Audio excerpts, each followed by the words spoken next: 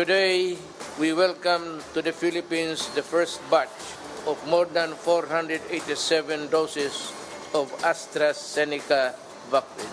I thank the COVID facility, co-led by the Coalition for Endemic Preparedness Innovations, Gavi, and other World Health Organizations, the WHO, alongside its partner, the UNICEF, for this delivery.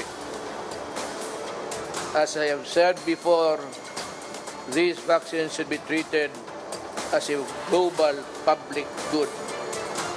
The need for international solidarity and cooperation cannot be made clearer than this pandemic, because everyone is safe. No one is safe globally until everybody is safe. AstraZeneca vaccines have finally arrived in the Philippines. This brings the total number of COVID-19 shots in the country to over 1 million doses. While the government is thankful for this latest delivery from the COVAX facility, President Duterte says he still prefers the Chinese brand Sinopharm. Ang akin is Sinopharm, China. Hindi masyado ako maano dyan sa mga produkto ng puti. Contrary to earlier reports, some health experts claim that the AstraZeneca vaccine is still effective against the South African variant. Speaking of that variant, the Octa research team says that the strain detected in Pasay may have already spread to other cities in Metro Manila. And Mindanao will kick off its vaccination drive today, with medical frontliners in Davao City set to receive Sinovac.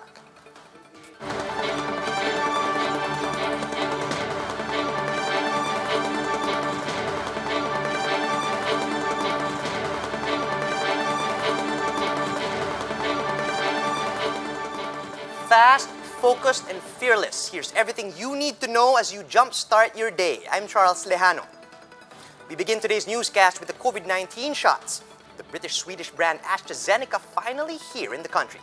And because of this, the Philippines now has at least 1 million doses of COVID-19 vaccines. Maricel Halili with the story. Coming from 10 kilometers away in Belgium, more than 480,000 doses of AstraZeneca vaccines have finally landed in the country. A commercial flight to NAIA Terminal 3 carried the shipment. The arrival of AstraZeneca vaccines had been delayed a few days due to supply limitations.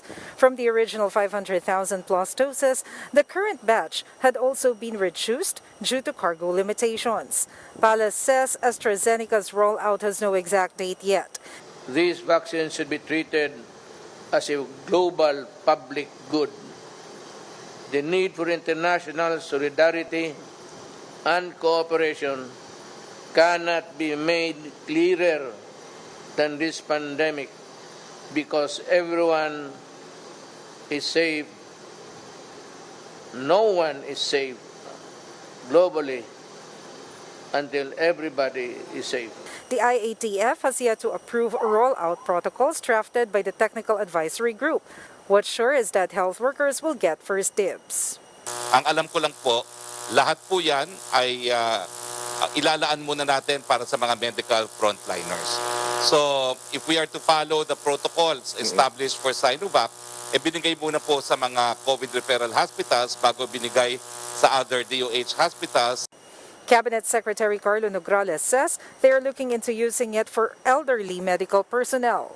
Sinovac jabs, which were administered to healthcare workers this week, were limited to those aged 18 to 59 years old. I-consult namin with the NITAG. No? There has been discussions about, gaya ng sinabi ko kanina, the possibility of using AstraZeneca again for the frontline and medical workers natin na senior citizens. We will refer this to the NITAG and hopefully we'll get their recommendations very soon, especially since forthcoming na, no? Mamayang gabi na darating AstraZeneca, and we'd like to immediately roll out. Octa Research says the vaccination of AstraZeneca does not guarantee immunity from South African variant. But the National Task Force insists any vaccination is better than none.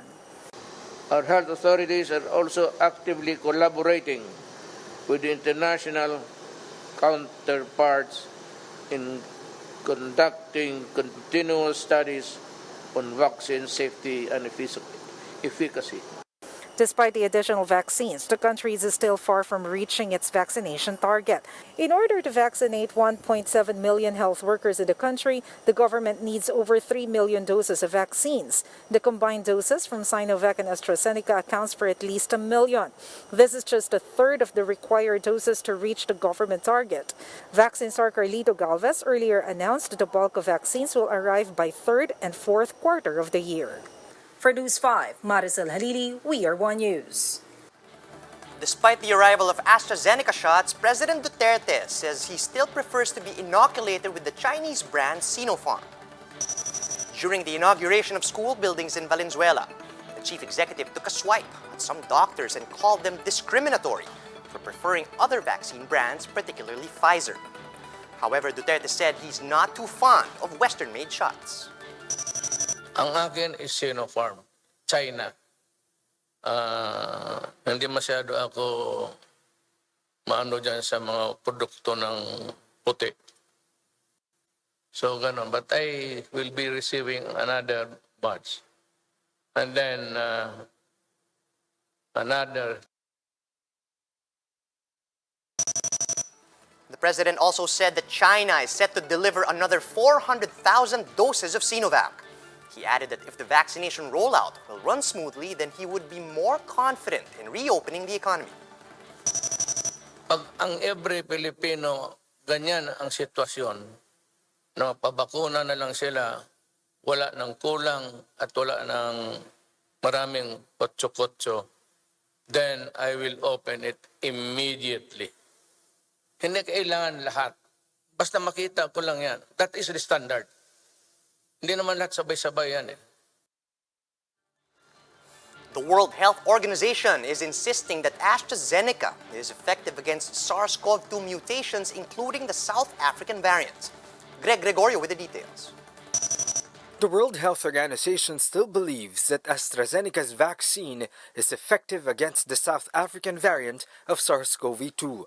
Citing a study in South Africa, the Octa research team earlier warned about the Oxford jab's reduced efficacy rate against mild and moderate cases of the B.1.351 variant. We had some initial problems with setting up the mechanisms and the deliveries. We are happy to note that Philippines is receiving one of the largest consignment of COVAX vaccines in this first initial consignment. The health department seconded this, saying the sample size for the South African study was relatively small. Actually, itong study na sinasabi, katulad ng sinabi ni Dr. Rabi kanina, napakaliit ng sample. No? Maliit yung sample, it's less than 2,000. And these were among individuals na young, no? At saka hindi pa peer-reviewed yung study. Ang sa atin naman, we like to always err on the side of caution. Pero, hindi para sabihin na mawawalang bisa ang pagbabakuna natin. While AstraZeneca shot may be given to those aged 18 and up, the National Immunization Technical Advisory Group has yet to decide whether or not to recommend it to elderly healthcare workers. The government is expecting an additional 4.58 million AstraZeneca doses still through the COVAX facility starting May. The WHO is reminding the government to strictly follow the vaccine priority list to ensure unhampered supply. If we cannot demonstrate that we are following this prioritization, unfortunately, the COVAX may have to consider other options where the impact of the vaccine rollout will be more useful and practical and will contribute to saving more lives. The National Task Force Against COVID-19 vows to adhere to this. For News 5, Greg Gregorio, We Are One News. Presidential Advisor on Entrepreneurship Joey Concepcion says some 2.6 million doses of AstraZeneca that were bought by the private sector are set to arrive in May or June. On One News' The Chiefs, Concepcion said private companies have played a huge role in the procurement of vaccines. He also said that the government will not have access to some vaccine brands without these tripartite agreements. He also revealed that private firms are also in talks to procure Novavax shots. Concepcion said that the rollout of the first batch of AstraZeneca shots will prepare the country for the distribution of vaccines purchased by the private sector. We will be able to see how the national government will execute, and that will prepare us for the May and June. So what's critical is, as the government and the private sector has purchased these vaccines, the two other elements is in the implementation. So we have to choose really good logistics partners here, and of course the medical doctors and nurses who will be vaccinating our employees and the Filipino citizens are also key at this. But for Employers Confederation Director General Jose Roland Moya, it's still premature to talk about vaccinating workers of the private sector. This as the country still has to strictly follow its priority list, and only around 1 million doses for frontline workers have arrived so far. Moya also believes that the country's economy can only recover once the vaccination program has ended. Hindi natin alam kung kailan makakarating yung bakuna na yung private sector o yung mga kumpanya talaga ang magpapatupad ng vaccination programs. So yung dumating na bakuna ay it's just a drop in the bucket, and Authorities are open to placing the entire city of Pasay under enhanced community quarantine to contain the South African variant. But health experts fear it might already be too late. JC Cosico tells us why. Given the spike in COVID-19 infections and 4 recovered cases of the B1351 or South African variant in the city, Pasay is not taking chances.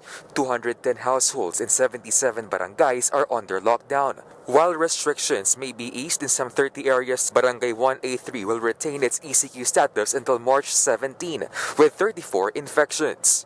Pamilya na. Meron kaming 3 pamilya sa ngayon. Meron nagtatrabaho sa ospital, meron nagtatrabaho dyan sa casino, sa terminal. Security remains tight at the barangay's entry point. Delivery riders are required to scan a QR code for health declaration. But some had to leave their IDs as the online health check was inaccessible. Kung wala silang health certificate, mag-fill up sila ng health declaration para madali namin silang matrace. But even as the city strengthens border security, the Octa Research Group expressed its fear that the variant may have leaked to nearby cities. Although they're doing it in Pasay, some of it has already escaped Pasay and leaked over to some other LGUs. For example, the nearby barangays in Manila, Makati, and Taguig. The local government is not averse to a citywide enhanced community quarantine, but the IATF has to be consulted. Ang declaration po kasi ng citywide ECQ will involve IATF, NCR also. Ang impact kasi ay nasa entire NCR dahil nandito sa amin ang airport, MRT, LR3, travel hub po kami. For News 5, JC Cosico, we are One News. Meanwhile, more frontliners in the metro are set to get vaccinated, while Davao City begins its program today. The Cardinal Santos Medical Center in San Juan is looking to vaccinate 1,000 employees. Apart from healthcare workers, this includes members of the back office and outsourced personnel such as security and maintenance staff. In Makati, medical frontliners of the city-run Hospital ng Makati will receive their first dose of the Sinovac shot this morning. The De Los Santos Medical Center and the Hospital ng Parañaque are likewise launching their vaccination drives today. Meanwhile, medical frontliners in Davao City will get their first anti-COVID shots at the Southern Philippines Medical Center, which is also the primary COVID-19 hospital in the city. And that's how the day is shaping up to be. Join us later at 10 a.m. as we monitor the day's biggest stories from sunrise to sundown. You can also catch One News on the Signal Play app. Just register for a free account at www.signalplay.com so you can stream One News live anytime, anywhere. I'm Charles Lejano. We are One News.